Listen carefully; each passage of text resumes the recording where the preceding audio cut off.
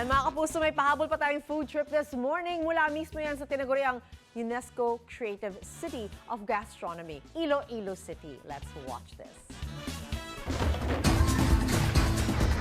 City of Love kung tawagin, yan ang Iloilo City. At isang araw sa paraan ng pagpapakita nila ng love, ang masarap na pagkain. Patunay na dyan ang pagtatanghal sa Iloilo City bilang UNESCO Creative City of Gastronomy. Kaya naman hindi ko pinalampas na matikman ang masasarap na pagkain dito. First stop, native chicken inasal.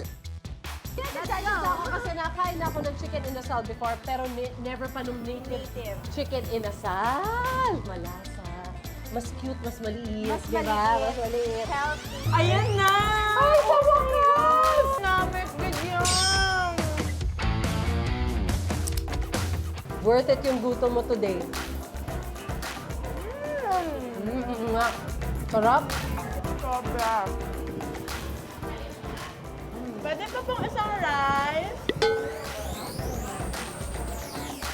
Mars! Marsa, ano to? Nako, Ikaw mas din. lamang ka. Nako, hindi pag nagkabilangan tayo, magkakaalaman. Pero grabe yung busog ko. At ang sarap. Pero Mars, gusto mo pa ba mag-dessert? May alam pa ako. Halika na! Alam mo, okay ako kung dessert. Oh, sige, Yeah, let's go! let's go! Taste ulit. Let's do it! Wow! Ay, hindi tayo nagbayad. Yan ang sasarap ng pagkain nyo dito sa Iloilo. Sabi sa'yo eh. Pero Mare, halika dito. Let's kasi meron ako Bakit? alam na perfect spot para sa ating UH Barkada. Oh my God, ano to? Ang tawag po dito ay cream horn. Para gumawa ng cream horn, sisimulan ito sa paggawa ng dough. Gamit ang rolling pin, ifa-flatten ang dough. Ifa-fold ang dough sa tatlo at ifa-flatten ulit gamit ang rolling pin. Okay, sige tayo, Are. Nice, nice. Ayan na. Ipapakitang gilas. Itutupi ito sa tatlo ng 2 beses. Dapat ay maging manipis ang dough at saka hihiwain ng pahaba.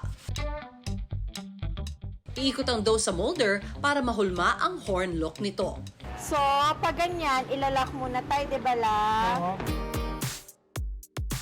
Well, pabilisan mo ba tayo? ang dami na nagawa ni Tata.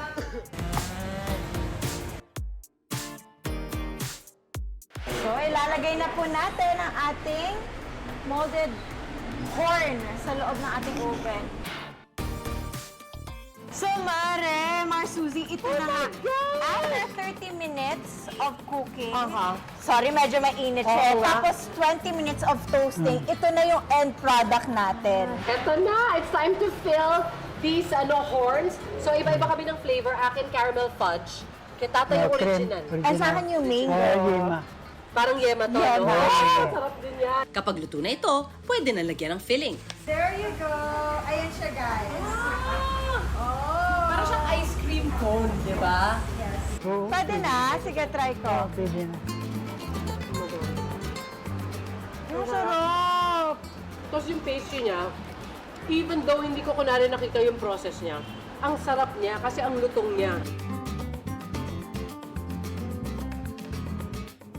Namit good! Kung masarap na pagkain ang hanap mo, tara na sa Iloilo.